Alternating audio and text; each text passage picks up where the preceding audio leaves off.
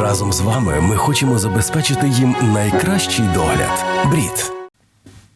Москва у вогні. Стовп густого чорного диму видно мало не з усіх районів столиці поки що існуючої федерації. Запальною була ніч і на території тимчасово окупованого Криму. ЗСУ крок за кроком наближаються до півострова. Визволили ще один населений пункт. Наші воїни палять дедалі більше москолоти. А от лідери Ерефії натомість дедалі частіше заглядають у пляшку. Такими відомостями поділилися у виданні «The Telegraph». Схоже, український контрнаступ ніяк не дає бункерним розслабитися, тож за старою російською традицією шукають спокою в оковитій. Бо коли ти окупант, то для тебе і горілка гірка, і життя не солодке. Тож і відступають. Поки мають куди. Деталі у хроніці 481-го дня великого протистояння Росії і України у матеріалі Юрія Пугача.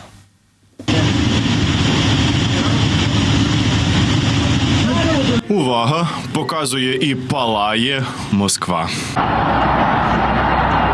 Цей велетенський, видовищний та по-приємному моторошний стовп чорного, густого, їдкого диму здіймається над ремонтно-механічним заводом на Рязанському проспекті в Москві. За попередньою інформацією від російських так званих ЗМІ, там спалахнуло 100 квадратів покрівлі, яку нещодавно почали реконструювати. Чи то долетіли дрони з фонду помсти Ані Лорак, чи то так росіяни ремонт роблять, поки що невідомо. Та переляканих москвичей з будівлі вже евакуювали. Я обращаюсь к президенту Российской Федерации Владимиру Путину. Евакуйовували руський дух із Криму й українські безпілотники.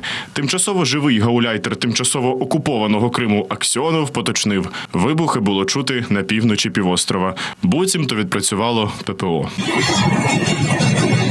А це вже південь Криму, там теж чули вибухи. Тільки от злетіло у повітря авто. І не будь з ким за кермом, а з так званим помічником віце-прем'єра тимчасово окупованої частини Запорізької області Володимиром Єпіфановим. Він із секретарем та із сильними опіками у реанімації. Тож чи зможе Єпіфанов взяти участь у виставі під назвою «Вересневі вибори на окупованих територіях» від театральної трупи живих трупів, що зветься «Єдина Росія», достеменно невідомо. Тим часом його колега по тій таки поки що «Єдиної Росії» Артем Туров у своєму привітанні з так званим Днем так званої Росії визнав, хто підірвав Каховську ГЕС і пригрозив повторити.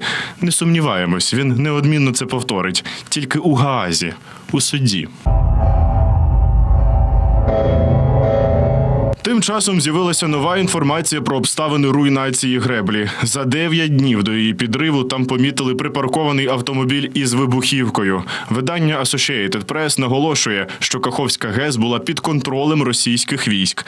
На світлині, датованій 28 травня, видно авто з розкритим дахом, завантажене діжками. Одна з них поєднана з фугасом, а дріт іде до окупованого берега річки. Ви хочете декомунізації? Ну що ж, мы готовы показать вам, что значит для Украины настоящая декоммунизация. РФ усіляко приховує наслідки свого злочину. Відмовила ООН в доступі на затоплене лівобережжя Херсонщини. Гуманітарний координатор поки що бездіяльної ООН в Україні Деніс Браун зазначив, в організації закликали російську владу діяти згідно з їхніми зобов'язаннями у межах міжнародного гуманітарного права. Начебто Росія його коли-небудь виконувала.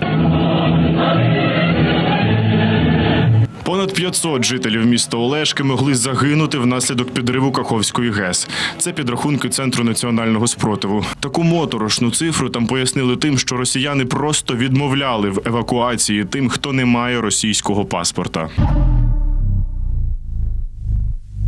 Завдяки тим таки росіянам Херсон пережив чергову жахливу ніч. Випалені вщент автівки, потрощені будівлі, вибиті вікна та вирви на дорозі. Також через обстріли горіли склади, виставкові зали і господарчі споруди.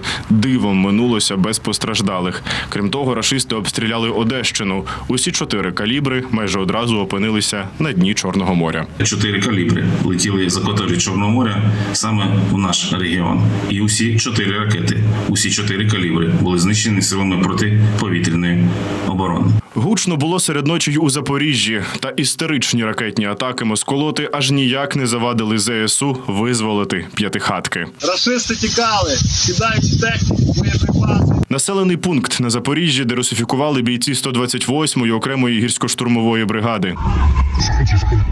Вечір в хату, а ЗСУ в окопи окупантів. Бійці сил спецоперації на півдні зайшли на вогник до орків із тилу. Такого градусу протистояння не витримали 10 тепер уже хороших російських солдатів. Натомість лідери РФ активно і масово спиваються. За інформацією видання The Telegraph, Кремль збільшив норму вина на офіційних бенкетах до 2 пляшок на особу, а російські урядовці стали вживати більше коньяку упродовж дня і з'являються на зустрічах п'яними та похмурими. Я знаю. Думали, що обмиєте перемогу, а в результаті топите у чарці смуток? Звикайте і готуйте білий стяг. Юрій Пугач, 5 канал.